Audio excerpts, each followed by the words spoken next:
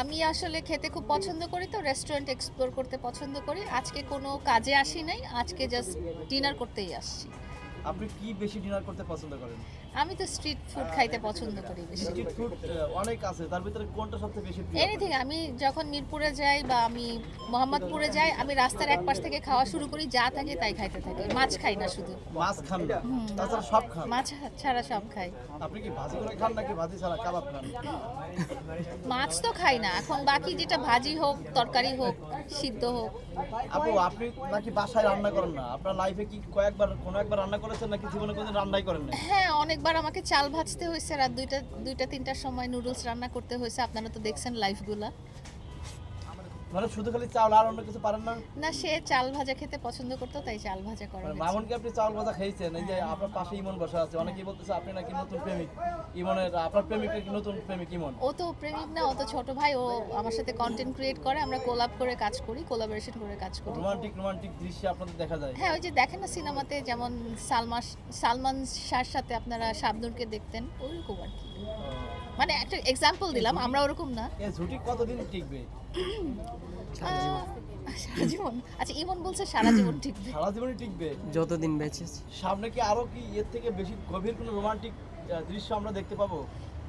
আপনারা কি রোমান্টিক দৃশ্য দেখতে পেরেছেন অলরেডি? হ্যাঁ, রোমান্টিক দৃশ্য তো দেখেছি। টিকটক দেখেছেন? টিকটকেই তো রোমান্টিক দৃশ্য। এখন তো সোশ্যাল প্ল্যাটফর্মে সবাই অ্যাক্টিভ, সবাই দেখে সোশ্যাল আচ্ছা, প্ল্যাটফর্মে। পেজের ভিডিওগুলো কয়জনে দেখছেন? হ্যাঁ, পেজের ভিডিওগুলো কয়জনে দেখছেন? পেজে যে ভিডিও দেন টিকটকে তো প্রায় একই কোয়ালিটির ভিডিওই থাকে না? ইমনের পেজে হচ্ছে ফানি কন্টেন্ট থাকে, আর আমার পেজে হচ্ছে রোমান্টিক গানের সাথেই টিকটক বা রিলস। আমাদের দুইজনের পেজের দর্শক দুই রকম। ইমনের পেজের দর্শকরা ইমনকে ফানি ক্যারেক্টারে দেখতে পছন্দ করে, এই জন্য ওর সাথে আমরা ফানি কন্টেন্ট বানাই। আর আমার পেজের দর্শকরা আমাকে খুব প্রেমিকা হিসেবে দেখতে চায়, তো সেই জন্য রোমান্টিক রিলস বানানো হয়। অনেকেই বলতেছে মামুনকে বাদ দিয়ে ইমনকে নিয়ে 2025 সালে নতুন ইতিহাস করতে চান লায়লা। আসলে কথাটা কি সত্যি নাকি? কথাটার মধ্যে অনেকগুলো কোয়েশ্চেন আছে, কি ধরনের ইতিহাস, মামুনকে বাদ কেন? মামুন তো নিজে থেকেই নাই আমার সাথে, তো এখানে ওকে বাদ দেওয়ার তো কিছু নাই। আর ইমনের সাথে আমি কোলাব করে কাজ করি, তো এটা ইমনের সাথে অনেকেই তো কোলাবোরেশন। আপনার যে আপনি তো ছোট ভাই, সেটা আপনি মনে করেন, অনেকেই তো ছোট ভাই মনে করে না। অনেকে অনেকেই মনে করে অনেকে আপনার যদি boyfriend বা অনেকে যদি না মনে করে আমাদের ভিডিও কে কি দেখে, বললো এটা তো আমাদের না, দেখার বিষয়। আমি বলি, অনেকে যদি মনে করে আমাদের ভিডিও দেখে যে আমরা কাপলস বা আমরা বয়ফ্রেন্ড গার্লফ্রেন্ড, হ্যাঁ, তাহলে বুঝবো যে আমাদের অভিনয়টা খুব সার্থক হয়েছে, মানে অভিনয়টা খুব পারফেক্ট আমরা করতে পেরেছি। আমরা অভিনয়টা সুন্দর করে করতে পেরেছি, যে লোকজনের মনে আমরা রোমান্টিক কাপল হিসেবে প্রেজেন্ট হয়েছি আর কি। আপনি তো ইরাকে শাকিব খান বানাতে চেয়েছিলেন মামুনকে, এখন ইমনকে কি বানাবেন?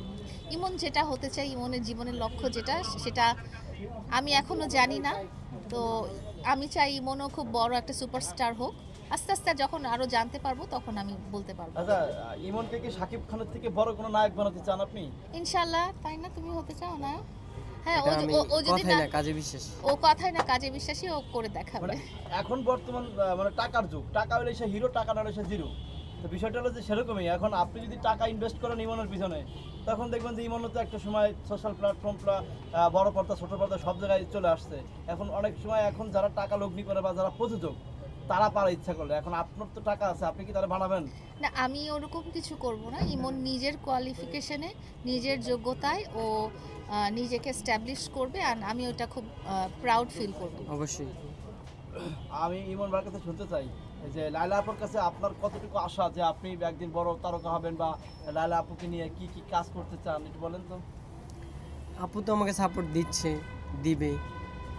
তো আপু, আমি যতদিন কাজ করবো ততদিন তো আছি আপু আমার সাপোর্টার হিসেবে। একটু জোরে বলবেন। আচ্ছা, মামুনের সাথে তো আপনার ভালো সম্পর্ক।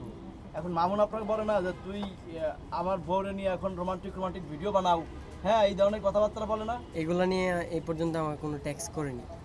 কিছু বলে নাই? মামুন নাকি আপনারা নাকি থ্রেট দেয় মাঝে মধ্যে শুনি। কই না তো, আমাকে কিছু বলে নাই এখন। লায়লা আপুকে নিয়ে কাজ করার জন্য রোমান্টিক রোমান্টিক ভিডিও করার জন্য মামুন জলে, এই কারণে আপনারা নাকি বলে এই খবরদার তুই আমার লায়লারে নিয়ে কোনো ভিডিও বানাবি না, এই ধরনের কথা নাকি ও বলছে। ও জ্বলেছে সেটা তো আপনারা ওর ইন্টারভিউতে দেখেছেন। ও বলছে যে হ্যাঁ এখন আমার যে ছোট ভাইয়ের চেয়ে ছোট ছেলেকে নিয়ে কোলে বসিয়ে ভিডিও করা হচ্ছে। তো আমার কথা হচ্ছে তুমি তো আমাকে ঘৃণা করো, হেট করো, তুমি আমাকে পছন্দ করো না।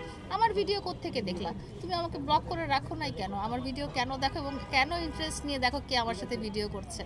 তো ডেফিনেটলি তো জ্বলছে কোনো না কোনো কারণে, সেটা জানি না আমি। বাট আমার কথা হচ্ছে যে তুমি আমাকে এতই ডিসলাইক করো, এতই খারাপ কথা বলো আমাকে নিয়ে, এতই আজে বাজে গালাগালি করো ক্যামেরার সামনে এসে, আমার পার্সোনাল ইনফরমেশনগুলো দিয়ে আমাকে সামাজিক যোগাযোগ মাধ্যমে অনেক ছোট করে ফেলছো, ছোট করতে চাইছো। তো সেখানে তুমি, আমি যেমন আছে যে অনেকের ভিডিও দেখি না, আমি বলেছি যে আমার অপছন্দের কন্টেন্ট ক্রিয়েটার অনেক মানুষ আছে যাদের ভিডিও আসলে আমি ইগনোর করি বা ব্লক করে রেখেছি।